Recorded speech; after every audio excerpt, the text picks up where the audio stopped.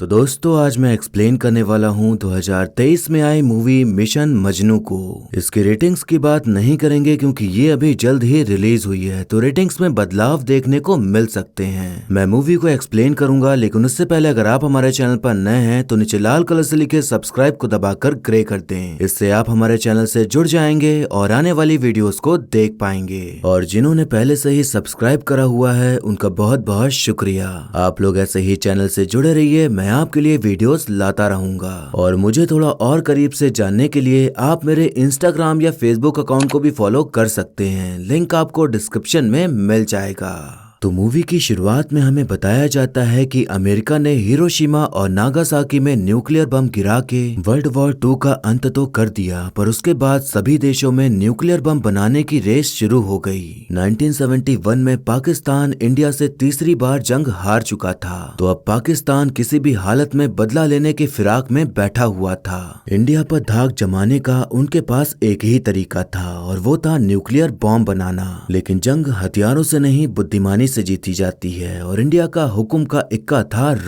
Raw agents पूरे पाकिस्तान में फैले हुए थे और उनका काम गोलियां चलाना नहीं बल्कि दिमाग चलाकर खुफिया जानकारी भेजना था। और ये कहानी उनमें से ही एक जांबाज खुफिया एजेंट की है। अब हम तारिक नाम के एक आदमी को देखते हैं जो कि पाकिस्तान के रावलपिंडी शहर में रहता था और पेशे के तौर पर दर्जी का काम करता था। उसे काम की तलाश थी, तो वो अपनी काबिलियत बताते हुए अनवर नाम के आदमी से अपने चाचा जान से कहकर उसे काम पे रखने को कह रहा होता है। अनवर उसे बार बार मना कर रहा होता है, लेकिन मस्जिद के मौलवी साहब के कहने पर वो चाचा से कहकर उसे काम पे रखने के लिए मान जाता है। अब हम देखते हैं कि तारिक सिलाई कटाई करके चाचा को अपना हुनर दिखा रहा होता है कि तभी उसकी नजर एक लड़की पर जाती है जिसका नाम नसरीन होता है, जो कि बेहद ही खूबसूरत थी, इतनी कि किसी की भी नजरें उस पर ही अटक जाएं। और ऐसा ही होते हुए तारिक की नजरें उसे ही निहारती रह जाती हैं और उसे पहली नजर में उससे प्यार हो जाता है। नसरीन चाचा जी के जीजा की ही बेटी थी, तो उसे नसरीन के घर पहुंचने में ज्यादा मुश्किल नहीं होती और वो मौके तलाशते रहता था कि कैसे भी करके वो उसके आसपास रहे और उसे देख सके प्यार भरी निगाहों से।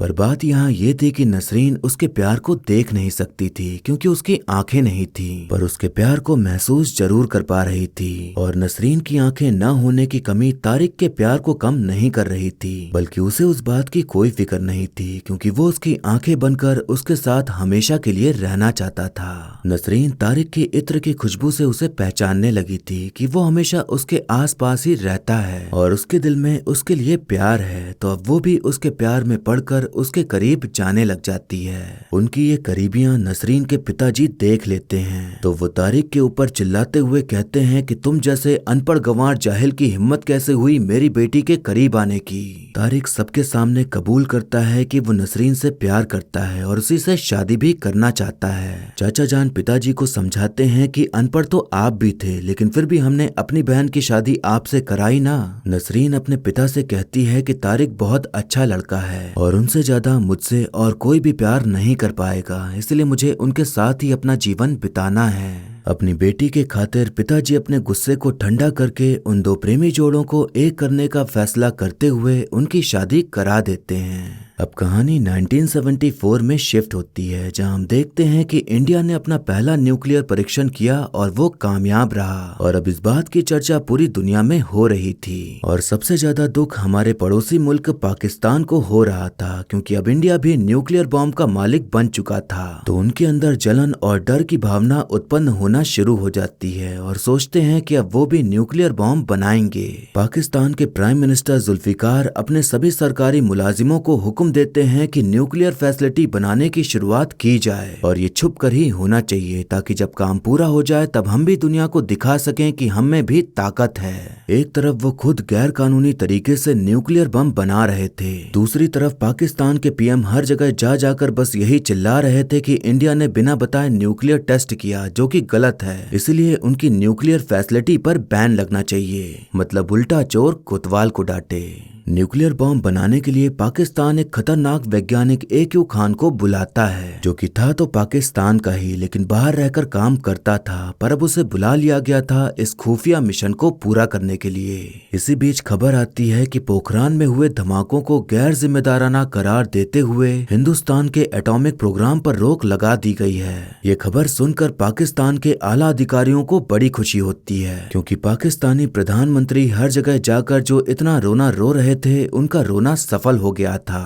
अब हम तारिक और नसरीन को देखते हैं, जो कि खुशी खुशी साथ रह रहे थे और उनके बीच और भी प्यार बढ़ गया था, क्योंकि अब नसरीन पेट से थी और दोनों को इंतजार था इस दुनिया में बच्चे के आने का। रॉ के चीफ मिस्टर काओ PM इंदिरा गांधी को खबर देते हैं कि पाकिस्तान न्यूक्लियर बॉम्ब बना रहा है, लेकिन कहाँ बना रहा है ये नहीं पता। PM इंदिरा गांधी ऑर्डर्स देती हैं कि अपने एजेंट्स के जरिए पता लगाया जाए कि उनके न्यूक्लियर फैसिलिटी की लोकेशन क्या है, ताकि दुनिया वालों को पता चले कि पाकिस्तान कितना दोगला है। नसरीन के पिताजी भले ही उनकी शादी के लिए मान गए थे, पर वो तारिक से अब भी नाखुश थे, क्योंकि वो कोई बड़ा काम नहीं करता था और इतने साल बीतने के बाद भी वो लोग वैसे ही रह रहे थे। तो उन्हें इस बात की चिंता थी कि जब घर में नन्हा मेहमान आ जाएगा तो वो घर कैसे चलाएगा। पर नसरीन को ऐसी कोई भी शिकायत नहीं थी, बल्कि वो तारिक के साथ किसी भी हाल में रहने को तैयार थी, क्योंकि उसे यकीन था कि चाहे कुछ भी हो जाए तारिक उसे खुश रखेगा। अब हम देखते हैं कि रात के अंधेरे में तारिक चुपके से चाचा के दुकान में घुसता है और वहाँ के टेलीफोन से शर्मा नाम के आदमी को फोन मिलाता है, जो कि रॉ का खबरी था और उसी के द्वारा सारी खबरें रॉ में पहुँचती थी। अब यहाँ हमें पता चलता है कि तारिक कोई आम इंसान नहीं, बल्कि वो भी एक रॉ एजेंट है, जिसका नाम है अमनदीप अजीतपाल सिंह। शर्मा उससे कहते हैं कि हमने पोखरान में दिवाली मनाई है और अब पड़ोसी मुल्क भी पटाखे फोड़ने की सोच रहा है, तो तुम्हें पता लगाना है कि उन पटाखों की लोकेशन क्या है। शर्मा की बोलचाल से ये समझ आता है कि वो अमनदीप की बिल्कुल भी इज्जत नहीं करता, बल्कि उसकी हर बात का उल्टा जवाब देता है और उसे हर समय उसके गद्दार बाप की याद दिलाता है। दरअसल अमनदीप के पिता भी रॉ एजेंट थे, जिन पर देश से गद्दारी करने का इल्जाम लगा था, जिसके कारण शर्मिंदगी के मारे उन्होंने आत्महत्या कर ली थी। तो इसी वजह से शर्मा उसे ताने मारते रहता था कि तुम्हारा बाप तो गद्दार था ही, तुम भी गद्दार ही निकलोगे। अमनदीप उन्हें पलट के जवाब नहीं देता था, बल्कि सब कुछ सुन लेता था, क्योंकि वो अपने काम से उनको जवाब देना चाहता था। पाकिस्तान की न्यूक्लियर फैसिलिटी की लोकेशन का पता लगाने का जिम्मा अमनदीप को दे दिया जाता है और इस मिशन का नाम रखा जाता है मिशन मजनू। तारिक असलम नाम के एक दूसरे रॉ एजेंट से मिलता है, जो कि इस मिशन में काम आने वाली सभी चीजें उसे उपलब्ध कराने वाला था, जैसे कि हथियार, गाड़ी या फिर पैसा। शर्मा असलम को ऑर्डर्स देते हैं कि अगर तारिक अपने मिशन पर कामयाब नहीं हो पाया या उससे कोई भी गलती हुई तो उसे तुरंत मार देना, क्योंकि उन्हें तारिक पर बिल्कुल भी भरोसा नहीं था। पाकिस्तानी आर्मी की वर्दी चाचा के दुकान से ही सिलकर जाती थी, तो तारिक उनकी डिलीवरी करने के लिए जा रहा होता है, लेकिन उससे पहले वो मेन ऑफिसर की वर्दी की 2 बटनें तोड़ देता है। तभी थोड़ी देर बाद वहाँ से खबर आती है कि वर्दी में से 2 बटनें गायब हैं, तो उन बटनों को लगाने का बहाना देकर तारिक ऑफिसर के घर में एंट्री मार लेता है। तारिक पाकिस्तान की सरकार और ऑफिसर की बड़ाई और चिकनी चुपड़ी बातें करके उनसे थोड़ी बहुत जानकारी उगलवा लेता है कि पाकिस्तान में न्यूक्लियर बॉम्ब बनाने की शुरुआत हो चुकी है, पर उसे लोकेशन पता नहीं चल पाती। उधर भारत में इमरजेंसी लागू होने के बाद जो दिक्कतें आई, उनको देखते हुए PM इंदिरा गांधी को उनके पद से हटा दिया जाता है और फिर नए प्रधानमंत्री बनाए जाते हैं मोरारजी देसाई, जिनका मानना था कि हिंसा करके कुछ भी हासिल नहीं होता, बल्कि बातचीत करके भी समस्या का हल निकाला जा सकता है। PM मोरारजी देसाई ऑर्डर्स देते हैं कि जो भी मिशन चल रहे हैं उन्हें बंद कर दिया जाए, क्योंकि उससे सरकार का फालतू का खर्चा होता है और पड़ोसी मुल्क से रिश्ते भी खराब हो जाते हैं। रॉ के चीफ मिस्टर काओ उन्हें समझाने की कोशिश करते हैं कि पाकिस्तान गैर कानूनी तरीके से न्यूक्लियर बॉम्ब बना रहा है, जिसके बारे में हमें पता चलना जरूरी है, और हमारी जानकारी के चलते इजराइल भी उनकी न्यूक्लियर फैसिलिटी को ढूंढकर तबाह करने के फिराक में है। अगर हमने पाकिस्तान को बेनकाब नहीं किया तो आगे चलकर वर्ल्ड वॉर 3 भी हो सकता है, और हम तो उसके पहले दुश्मन हैं, तो सबसे ज्यादा खतरा हमें ही है। पीएम कहते हैं कि ये मुद्दे केवल शांति से ही सुलझाए जा सकते हैं और इतना कहकर अपनी बात पर अड़े रहकर वो सारी इन्वेस्टिगेशन बंद करने को कह देते हैं। मिस्टर काओ जानते थे कि ये मिशन भारत देश के लिए कितना जरूरी है, इसलिए वो अपने पद से इस्तीफा दे देते हैं ताकि सभी का ध्यान उन पर जाए और अपने जूनियर को पीएम के जानकारी के बिना इस मिशन को चालू रखने के ऑर्डर्स दे देते हैं। हम देखते हैं कि तारिक अपनी जासूसी से पता लगा लेता है कि न्यूक्लियर बॉम्ब बनाने के लिए जिस वैज्ञानिक को बुलाया गया था उसका नाम AQ खान था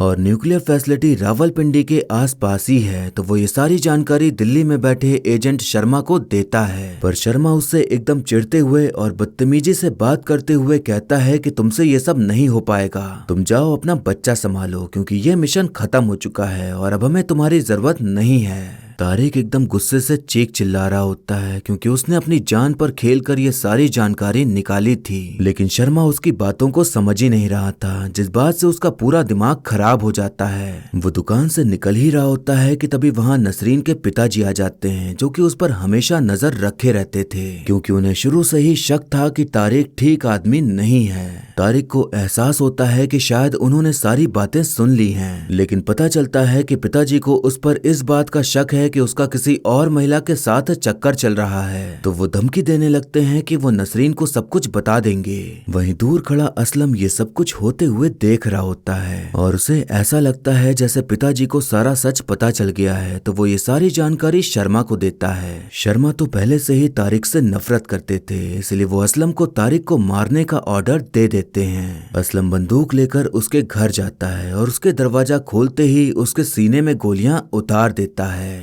कहने के लिए तो पाकिस्तान में लोकतंत्र था, लेकिन असल में वहाँ मिलिट्री का राज चलता था। पाकिस्तानी आर्मी के जनरल जियाउल हक एकदम कट्टरवादी सोच रखने वाले आदमी थे। तो वो सीधा पीएम के आवास में जाते हैं और प्रधानमंत्री को भ्रष्टाचार और पैसों का गबन करने के लिए गिरफ्तार कर लेते हैं और देश की पूरी कमान अपने हाथों में संभाल लेते हैं। अब हमें देखने को मिलता है कि असलम ने तारिक को नहीं मारा था, बल्कि नसरीन के पिताजी को मार दिया था और तारिक जिंदा था। शर्मा को भले ही तारिक पर भरोसा नहीं था, लेकिन असलम को पूरा भरोसा था कि जो काम वो कर रहा है वो सही कर रहा है। तो उसे लगा कि अगर पिताजी को रास्ते से हटा दें तो सब सही रहेगा, क्योंकि उसे तो असली बात पता ही नहीं थी कि पिताजी को मिशन के बारे में कुछ भी पता नहीं चला है। पर दूर से देख के उसे लगा कि उनको सब पता चल गया है, तो उसने तारिक से बिना बात किए उन्हें मार दिया। एक हिसाब से जो हुआ वो गलत हुआ, क्योंकि बेवजह ही वो मारे गए, लेकिन आगे चलकर शायद वो मिशन में अटकलें भी लगा सकते थे। तो जो हुआ ठीक ही हुआ।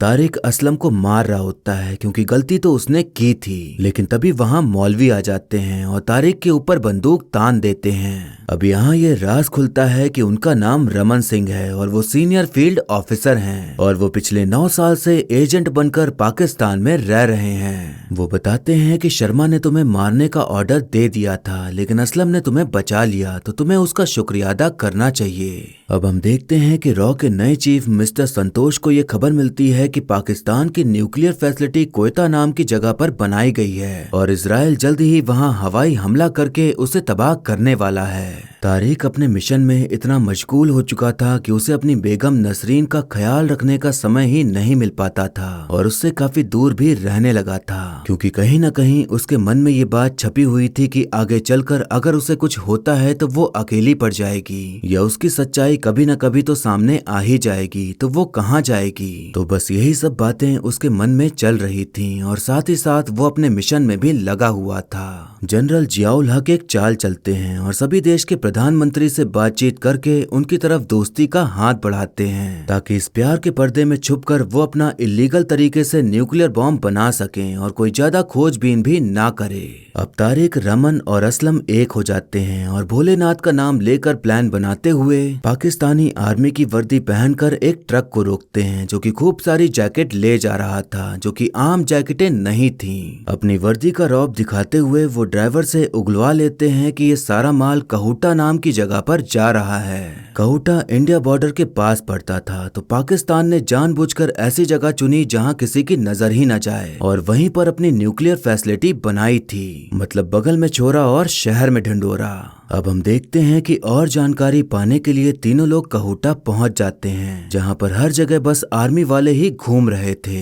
असलम और तारिक छुप छुपाकर उस जगह पर पहुंच जाते हैं जहां न्यूक्लियर फैसिलिटी बनी हुई थी, और तारिक उस जगह की फोटो खींचने ही वाला होता है कि तभी एक आर्मी ऑफिसर आकर उन दोनों को पकड़ लेता है। आर्मी ऑफिसर तारिक को फोटो खींचते हुए नहीं देख पाता, लेकिन उनकी तलाशी लेना शुरू कर देता है। तभी तारिक को वहाँ एक बकरी दिखाई पड़ती है, तो वो बहाना बना देता है कि उसकी बकरी खो गई थी, तो उसे ढूंढते हुए वहाँ पहुँच गया। वो लोग कैसे भी बच बचाकर वहाँ से निकल जाते हैं और शर्मा को कॉल करके बताते हैं कि न्यूक्लियर फैसिलिटी क्वेटा में नहीं कहूटा में है। शर्मा ने तो इस मिशन को बंद करने को कह दिया था, लेकिन अपने देश को बचाने के लिए ये तीनों खुद ही सब कुछ कर रहे थे। पर शर्मा का दिल नहीं पिघलता और वो उनकी जानकारी रॉ तक पहुंचाने से मना कर देता है। उसकी ये ऐंठ बढ़ती ही जा रही थी, तो अब तारिक का पारा चढ़ जाता है, पर वो एकदम नॉर्मल रहकर कहता है कि भले ही आपको मुझसे दिक्कत हो, लेकिन ये जानकारी वहां तक पहुंचना जरूरी है, और अगर आपने ऐसा नहीं किया तो पाकिस्तान न्यूक्लियर टेस्ट करने में कामयाब हो जाएगा और फिर दुनिया में तबाही मच जाएगी। इसीलिए अपनी छोटी सोच को किनारे करके देश के बारे में सोचिए। शर्मा थोड़ी देर सोचने के बाद कहते हैं कि जब तक तुम्हें कोई सॉलिड फिजिकल सबूत नहीं मिल जाता कि वहाँ सच में न्यूक्लियर फैसिलिटी है, तब तक कोई भी तुम्हारी बात को सीरियस नहीं लेगा। अगले 48 घंटे में इजराइल क्वेटा पर हवाई हमला करने वाला है, तो उससे पहले अगर तुम कोई ठोस सबूत ले आओ तो ये हमला रुक जाएगा, क्योंकि अगर ये हमला गलत जगह हो गया तो पाकिस्तान सतर्क हो जाएगा और अपना न्यूक्लियर टेस्ट और तेजी से शुरू कर देगा। अब तारिक के ऊपर प्रेशर आ जाता है कि उसे 48 घंटे के अंदर कोई ऐसा सबूत भेजना है जो ये साबित कर सके कि कहूटा में ही न्यूक्लियर फैसिलिटी है। अगर वो ऐसा करने में नाकामयाब रहा तो उसे वापस इंडिया बुला लिया जाएगा, और दुख की बात ये थी कि उसे अकेले ही जाना पड़ेगा, मतलब कि नसरीन और अपने होने वाले बच्चे को छोड़कर। तभी तारिक का दिमाग टनकता है और उसे याद आता है कि कहूटा में एक ही नाई की दुकान है, तो मतलब जितने लोग भी न्यूक्लियर फैसिलिटी में काम करते होंगे वो सब वहीं पर बाल कटवाने आते होंगे। तो अगर उनमें से किसी एक आदमी का बाल मिल जाए तो उससे साबित हो पाएगा कि वहाँ न्यूक्लियर बॉम्ब बनाया जा रहा है, क्योंकि न्यूक्लियर फैसिलिटी में रेडिएशन उत्पन्न होता है, तो वहाँ काम करने वाले लोगों के बालों में उसके सैंपल्स मिल सकते हैं, जिससे कि सब कुछ साबित हो जाएगा। तारिक नाई की दुकान पर जाता है और थोड़ी चालाकी दिखाते हुए एक सीनियर ऑफिसर के बाल चुराने में कामयाब हो जाता है। अब मेन मुद्दा ये था कि उसे इंडिया भेजे कैसे, तो वो समझौता एक्सप्रेस ट्रेन के जरिए उस सबूत को इंडिया भेजने का सोचते हैं। समझौता एक्सप्रेस में बैठने के लिए टिकट के साथ साथ पासपोर्ट भी चेक होता था, जो कि तारिक के पास था नहीं। तभी वो पगड़ी पहनते हुए पंजाबी बनकर ट्रेन में घुसने की कोशिश करता है, लेकिन एक आर्मी ऑफिसर उसे रोक करके उसकी तलाशी लेने लग जाता है और पगड़ी उतारने को कहता है। पगड़ी पंजाबियों की शान होती है और उसे ऐसे उतारने को कहना मतलब उनका अपमान करना, तो वो हल्ला मचा देता है कि वो ऐसे कैसे बोल सकता है, और वहाँ पर मौजूद सारे पंजाबी इकट्ठे हो जाते हैं उसका साथ देने के लिए। इसी हो हल्ले में तारिक ट्रेन के अंदर एंट्री लेने में कामयाब हो जाता है और एक आंटी के बैग में वो सबूत डाल देता है। तभी आर्मी ऑफिसर्स को खबर मिलती है कि कोई पगड़ी पहनकर संदिग्ध व्यक्ति ट्रेन में घुस आया है, तो वो तारिक को ढूंढकर उसके पीछे पड़ जाते हैं। तारिक चालाकी दिखाते हुए और उनकी धुलाई करके किसी तरह ट्रेन से निकलने में कामयाब हो जाता है। फिर वो सीधा शर्मा को कॉल करके बोगी नंबर और सीट नंबर बता देता है जिसमें आंटी बैठी हुई थी। ट्रेन जैसे ही इंडिया पहुंचती है तो वहाँ एजेंट आंटी का इंतजार कर रहे होते हैं, और उनके आते ही उनके बैग से बालों वाला सबूत निकाल कर निकल जाते हैं, और आंटी बेचारी सोचती रह जाती हैं कि आखिर हुआ क्या। फिर बालों का लैब टेस्ट किया जाता है तो उसमें रेडिएशन का लेवल बहुत हाई मिलता है, जो कि किसी न्यूक्लियर साइट पर ही मिल सकता था। तो इस सबूत से ये साबित हो जाता है कि न्यूक्लियर फैसिलिटी क्वेटा में नहीं कहूटा में है। 48 घंटे बीत चुके थे और क्वेटा में हवाई हमला करने के लिए इजराइल के जेट रवाना हो चुके थे, लेकिन मौके पर इंडिया उन्हें जानकारी दे देता है कि न्यूक्लियर फैसिलिटी क्वेटा में नहीं है, तो अब हवाई हमला रुक जाता है। अब इस मिशन के बारे में प्रधानमंत्री मोरारजी देसाई को पता चल जाता है और वो अपनी नाराजगी दिखाते हुए कहते हैं कि जब मैंने मिशन को रद्द करने को कह दिया था तो मिशन क्यों चालू था। रॉ चीफ विनती करते हुए कहते हैं कि हमें कहूटा में बमबारी कर देनी चाहिए, लेकिन प्रधानमंत्री ऐसा करने के लिए इनकार कर देते हैं। उधर शर्मा को अब जाकर एहसास होता है कि अमनदीप अपने पिता के जैसा नहीं है, बल्कि वो अपने देश के प्रति ईमानदार है और उसके लिए कुछ भी करने को तैयार है। शर्मा अपने बर्ताव के लिए माफी मांगते हुए कहते हैं कि इस फोन के पीछे बैठकर मुझे लगता था कि मैं ही सबसे बड़ा देशभक्त हूँ। ऑर्डर झाड़ दिए, गाली दे दी, किसी को गद्दार कह दिया, किसी को पाकिस्तानी कह दिया और बस हो गई मेरी देशभक्ति पूरी। लेकिन आज तुमने समझा दिया कि देशभक्ति खून में नहीं रूह में होती है। बोलने वाले तो बहुत मिलेंगे लेकिन निभाने वालों को मेरा सलाम। तुम्हारे इतिहास का तो पता नहीं लेकिन मेरे बच्चे जरूर याद करेंगे कि कौन था अमनदीप अजीतपाल सिंह। आज अमनदीप ने साबित कर दिया था कि वो अपने देश के लिए कितना ईमानदार है और उसे अपनी भारत माँ से कितना प्यार है। और जो इंसान हर पल उसे गद्दार बाप का बेटा कहकर ताने मारता था, आज वही उसकी जांबाजी को सलाम कर रहा था। तो ये सारी फीलिंग्स महसूस करके अमनदीप के आंखों में खुशी के आंसू आ जाते हैं। उधर प्रधानमंत्री सीधा जनरल को फोन लगा देते हैं और कहते हैं कि हमें पता चल गया है कि न्यूक्लियर फैसिलिटी कहाँ पर है और आप हमेशा जंग हारते ही आए हैं, तो जितनी जल्दी हो सके अपनी न्यूक्लियर फैसिलिटी बंद कर दीजिए, वरना इसका खुलासा पूरी दुनिया में हो जाएगा जो कि आपको भारी पड़ेगा। जनरल न्यूक्लियर फैसिलिटी बंद करने का ऑर्डर दे देते हैं क्योंकि अब इजराइल को सही लोकेशन का पता चल गया था। तो अगर अब भी काम को जारी रखते तो इजराइल हमला करके सब तबाह कर देता। जनरल को समझ आ जाता है कि पाकिस्तान में रॉ एजेंट्स छुपे बैठे हैं जिन्होंने ये जानकारी इंडिया तक पहुंचाई है। तो वो सारे कॉल रिकॉर्ड्स चेक करके उन लोगों को ढूंढ निकाल कर मारने का ऑर्डर दे देते हैं जिनकी कॉल दिल्ली में कनेक्ट हुई हो। अब पाकिस्तान की आर्मी और खुफिया एजेंसी ISI के एजेंट रॉ के एजेंट्स को ढूंढ ढूंढ कर मारना शुरू कर देते हैं, जिसमें कि असलम भी मारा जाता है और वीर गति को प्राप्त हो जाता है। तारिक को समझ आ गया था कि अब पाकिस्तान में रहना खतरे से खाली नहीं है, इसलिए नसरीन के साथ दुबई जाने का सोच लेता है और नसरीन को बताता है कि उसे दुबई में नौकरी मिल गई है और हम आराम से वहीं पर रहेंगे। रमन जब असलम के ढाबे पर जाता है तो पाता है कि वो अब नहीं रहा, तो उसे समझ आ जाता है कि पाकिस्तानियों को उनके बारे में पता चल गया है। तो वो तारिक को इंडिया जाने के लिए कहने लगता है। तारिक कहता है कि हिंदुस्तान हो या पाकिस्तान, गद्दारी की सजा तो एक ही होती है, इसलिए मैं नसरीन और अपने बच्चे को नहीं छोड़ सकता, वरना मेरे जाने के बाद सारी सजा उन्हें ही मिलेगी। रमन तारिक को भोलेनाथ का आशीर्वाद देते हुए वहाँ से निकल जाते हैं और तारिक नसरीन को जल्द से जल्द वहाँ से निकालने की जद्दोजहद करने लगता है। पाकिस्तानी आर्मी रमन को ढूंढ निकालती है लेकिन रमन जानते थे कि वो बच नहीं पाएंगे, इसलिए वो अपनी गाड़ी में आग लगाकर उसे ब्लास्ट कर देते हैं, जिसमें कि आर्मी ऑफिसर के साथ साथ रमन भी मारे जाते हैं। अब हम देखते हैं कि ISI के एजेंट तारिक के घर पहुंच जाते हैं, लेकिन तारिक वहां से पहले ही एयरपोर्ट के लिए निकल चुका था। तो अब सभी लोग एयरपोर्ट की तरफ भागते हैं। हवाई अड्डे में सिक्योरिटी बढ़ा दी जाती है और सभी ऑफिसर तारिक और नसरीन को ढूंढना शुरू कर देते हैं। तारिक को भी समझ आ जाता है कि वहां पर ऑफिसर्स आ चुके हैं उसे पकड़ने के लिए, तो वो छुप छुपाकर जल्दी जल्दी नसरीन को ले जाने लगता है। नसरीन पेट से थी तो इतनी तेज भाग भाग कर थक जाती है और उसे समझ नहीं आ रहा होता कि आखिर तारिक इतना भाग क्यों रहा है और उसे हुआ क्या है।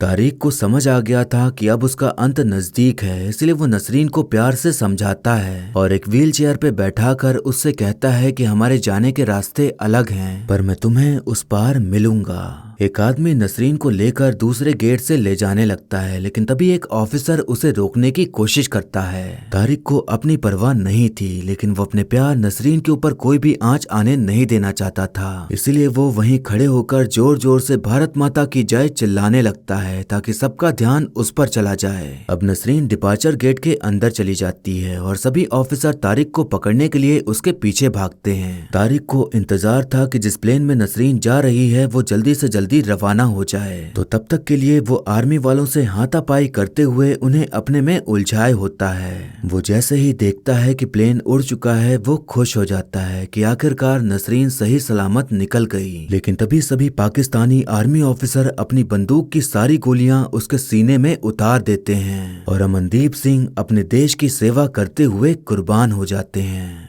अब हम देखते हैं कि नसरीन दुबई पहुंच जाती है और तारिक के आने का इंतजार करने लगती है, पर अब तो वो नहीं आने वाला था। तभी वहां पर रॉ के फॉर्मर चीफ मिस्टर काव आते हैं और उससे कहते हैं कि वो तारिक के मित्र हैं। अमनदीप जानता था कि जो काम वो कर रहा है आगे चलकर कोई गारंटी नहीं कि वो जिंदा रहेगा या नहीं, इसीलिए उसने नसरीन के नाम पहले ही एक चिट्ठी लिखकर मिस्टर काव तक पहुंचा दी थी, ताकि अगर वो ना रहे तो मिस्टर काव उस तक उसका संदेश पहुंचा दें। चिट्ठी में लिखा हुआ हुआ था कि अगर ये चिट्ठी मिस्टर काव तुम्हें पढ़कर सुना रहे हैं तो इसका मतलब कि अब मैं इस दुनिया में नहीं रहा। तुम हमेशा से कहती थी कि मैं कुछ बातें दिल में छुपा कर रखता हूँ, जिसके लिए आज मैं तुमसे माफी मांगता हूँ। मैंने तुमसे हमेशा तहे दिल से मोहब्बत की है, लेकिन कुछ बातें अपने फर्ज से मजबूर होकर तुम्हें कभी बता नहीं पाया, लेकिन आज मैं बताना चाहता हूँ। मेरा नाम अमनदीप सिंह है और मैं एक हिंदुस्तानी हूँ। ये सच्चाई जानने के बाद नसरीन के पास रोने के अलावा और कुछ नहीं बचा था, और अब इसके आगे उसकी जिंदगी में क्या हुआ ये हमें नहीं बताया जाता। हमें बताया जाता है कि इंडियन एजेंट्स की कुर्बानियों की वजह से दुनिया के सामने कहूटा में स्थित पाकिस्तान की न्यूक्लियर फैसिलिटी का खुलासा हो गया, लेकिन फिर भी जनरल जियाउल हक इस बात से इनकार करता रहा। लेकिन सच फिर भी बाहर निकल ही आया, क्योंकि 2004 में वैज्ञानिक AQ खान ने कबूल किया कि पाकिस्तान ने नॉर्थ कोरिया और ईरान को न्यूक्लियर टेक्नोलॉजी बेची थी। इसके बाद पाकिस्तान अगले 20 साल न्यूक्लियर टेस्ट नहीं कर पाया। 1998 में इंडिया ने PM श्री अटल बिहारी वाजपेयी के लीडरशिप में अपना दूसरा न्यूक्लियर टेस्ट पूरा किया और सब कॉन्टिनेंट का सबसे बड़ा न्यूक्लियर पावर बन गया। फिल्म के आखिर में एक लाइन बोली जाती है कि हमारा तिरंगा हवा से नहीं, शहीदों की आखिरी सांसों से लहराता है। और फिर इसी कामयाबी और कुर्बानी की कहानी बताते हुए मूवी यहीं पर खत्म हो जाती है। तो दोस्तों, जो अभी आपने कहानी सुनी वो सच्ची घटनाओं पर आधारित है। 1970 के समय में सच में एक ऐसा मिशन हुआ था जिसका नाम मिशन मजनू रखा गया था। मैंने इसके बारे में गूगल चाचा के पास जाकर जानने की कोशिश करी, पर कुछ भी हाथ नहीं लगा। एक जगह पढ़ने मिला कि इस फिल्म में एजेंट का नाम जो अमनदीप सिंह बताया गया है वो असली नाम नहीं है। मिशन मजनू की तरह कई सारे मिशन किए जाते हैं जिनके बारे में किसी को पता नहीं होता, क्योंकि जाहिर सी बात है कि वो खुफिया होते हैं, और जो लोग ये मिशन करते हैं उनके नाम भी बाहर नहीं आते और न ही उनकी पहचान बताई जाती है। ये देश के गुमनाम सिपाही होते हैं जो अपनी असली पहचान छोड़कर झूठी पहचान को अपनाते हुए अपनी जिंदगी गुजारने लग जाते हैं। फिर चाहे सालों बीत जाएं पर अपना कर्तव्य नहीं भूलते और उसी को निभाते हुए अपनी पूरी जिंदगी कुर्बान कर देते हैं। इन्हें शारीरिक के साथ साथ मानसिक तौर पर भी मजबूत रहना पड़ता है, क्योंकि किसी और देश में किसी और भेष में रहकर उन्हें एक परिवार बनाना पड़ता है जो कि कभी भी छोड़ना पड़ सकता है अपने मिशन के लिए। तो एजेंट बनना आसान नहीं होता।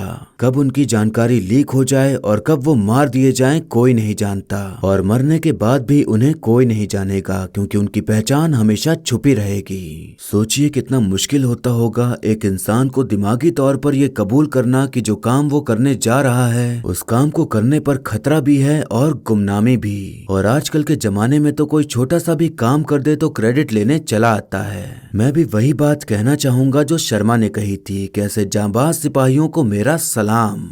अब फिल्म की बात करें तो यहाँ दो चीजें हैं जो अधूरी नजर आती हैं। फिल्म में बताया गया है कि अमनदीप के पिताजी भी एजेंट थे और उन्होंने गद्दारी की थी, जिसके चलते उन्होंने खुद को गोली मार ली। गद्दारी की वजह ये बताई गई है कि पिताजी ने अंबाला एयरबेस प्लान के ब्लूप्रिंट पाकिस्तान को बेचे थे। तो अब सच में बेचे थे या उन्हें फंसाया गया था, ये चीज पूरी तरह से कंफर्म नहीं बताई गई है। हालांकि फिल्म के आखिर तक ऐसा लग रहा था कि हमें बताया जाएगा कि उसके पिता गद्दार नहीं थे बल्कि उन्हें फंसाया गया था, पर ऐसा कुछ हुआ नहीं। शायद कभी कभी सच्चाई को ही एक्सेप्ट करना पड़ता है। फिर दूसरी बात ये कि अब नसरीन का क्या हुआ होगा, वो आगे चलकर कैसे जिएगी। एक तो बेवजह उसके पिताजी मारे गए, ऊपर से उसकी आंखें भी नहीं थीं, और सबसे बड़ी बात कि वो दुबई पहुंच गई थी, वो भी अपनी कोख में एक बच्चा लेकर। हालांकि अमनदीप ने मिस्टर काव से बातचीत करके सारा इंतजाम कर दिया था, पर जो सच्चाई उसे पता चली थी वो सच्चाई के साथ कैसे जिएगी,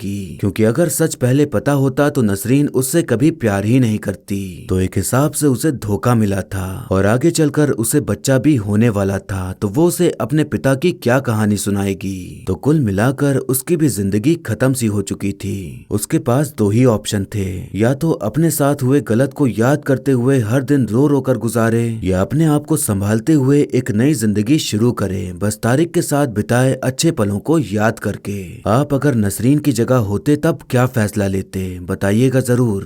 भले ही वो दुश्मन देश की थी या पाकिस्तानी थी, पर इंसानियत नाम की भी कोई चीज होती है। तो हम नसरीन के बारे में गलत तो नहीं सोच सकते। सभी को पता है कि इंडिया और पाकिस्तान की आपस में नहीं बनती और उसके कारण क्या हैं ये भी पता है, पर हम इस बात से भी इनकार नहीं कर सकते कि दोनों देशों में कई लोग हैं जो आम जिंदगी जीना चाहते हैं और कोई भी युद्ध नहीं चाहते, पर गंदी राजनीति और धर्म की आंधी में चल रही धूल में अंधे होकर आतंक फैलाने वाले लोगों के चलते आम लोगों को भी बीच में पिसना पड़ता है और अपने दिमाग में एक दूसरे के प्रति नफरत रखनी पड़ती है। पर आखिर में हम सभी हैं तो इंसान ही, और इंसानियत ही है जो हमें हमेशा दिखानी चाहिए। पर जब इंसान ही हैवान बन जाए तो इंसानियत को किनारे करके हमें भी उसका जवाब देना पड़ता है। इतिहास उठाकर देख लीजिए, आपको मिल ही जाएगा कि भारत ने पाकिस्तान को कितनी बार मुंह तोड़ जवाब दिया है। जो आम लोग हैं उनसे शायद ही किसी को दिक्कत होगी, लेकिन जो उंगली करने आएगा उसकी उंगली तोड़ना तो लाजमी है। मूवी बिल्कुल वैसी ही थी जैसे हर देशभक्ति वाली मूवी होती है, पर इस तरह फिल्म बनाने का फंडा बार बार देखकर जनता थोड़ी बोर हो गई है। तो अब सेम उसी तरह कहानी देखकर वो बात नहीं आती जो पहले आया करती थी। ऐसा नहीं है कि मैं चाहता हूँ कि ऐसी फिल्म बनना बंद हो जाए, मैं चाहता हूँ कि अब थोड़ा पैटर्न चेंज किया जाए, क्योंकि सबका एक ही पैटर्न देखने को मिलता है। सभी को पता है कि ऐसी फिल्में सच्ची घटनाओं पर आधारित होती हैं, लेकिन फिल्म बनाने के लिए उसमें अपना मसाला डालना पड़ता है ताकि वो जनता को आकर्षित करें देखने के लिए। तो उस मसाले में थोड़े बदलाव किए जाएं तो थोड़ा देखने में अच्छा लगेगा। अब एक्टिंग की बात करें तो सिद्धार्थ मल्होत्रा ने शेरशाह फिल्म में बहुत अच्छा काम किया था और शायद उसी काम को देखते हुए उन्हें इस फिल्म में लिया गया। इस फिल्म में भी उनका काम अच्छा है, पर जो फील एक बार शेरशाह में आ गई अब वो बार बार तो नहीं आएगी। बाकी इसमें कोई दो राय नहीं है कि उनकी एक्टिंग कमाल की है। रश्मिका जी ने भी अपने रोल को काफी अच्छे से निभाया है और उनको देखने पर फील हो रहा था जैसे कि वो वाकई में देख नहीं सकती, और उन्होंने अपने साउथ एक्सेंट पर भी काम किया है जिस वजह से बिल्कुल भी फील नहीं होता कि उन्हें उर्दू बोलने नहीं आती। और बाकी फिल्म में जितने भी सह कलाकार मौजूद हैं उन सभी की एक्टिंग अच्छी देखने को मिलती है और सबने बढ़िया काम किया है। वैसे आप कमेंट करके बताइए कि क्या आप एजेंट बनकर एक गुमनाम जिंदगी जी सकते हैं? क्या आपके अंदर वो हिम्मत है जो अमनदीप सिंह में थी? बताइएगा जरूर। तो ये था एक्सप्लेनेशन मिशन मजनू मूवी का। आपको मूवी और मेरा एक्सप्लेन करना कैसा लगा ये कमेंट करके जरूर बताइएगा, और ऐसे ही आने वाली वीडियोस देखते रहने के लिए हमारे चैनल को सब्सक्राइब करें और बेल आइकन दबा दें, जिससे कि आपको नई वीडियोस की नोटिफिकेशन मिल जाएगी। आप चाहें तो मुझे इंस्टाग्राम या फेसबुक पर भी फॉलो कर सकते हैं, लिंक आपको डिस्क्रिप्शन में मिल जाएगा। और वीडियो अच्छी लगी हो तो लाइक जरूर करें, आपके लाइक और कमेंट से मुझे और भी वीडियोस बनाने का मोटिवेशन मिलता है। तो मिलते हैं नेक्स्ट वीडियो में, तब तक के लिए टाटा बाय बाय और नमस्ते।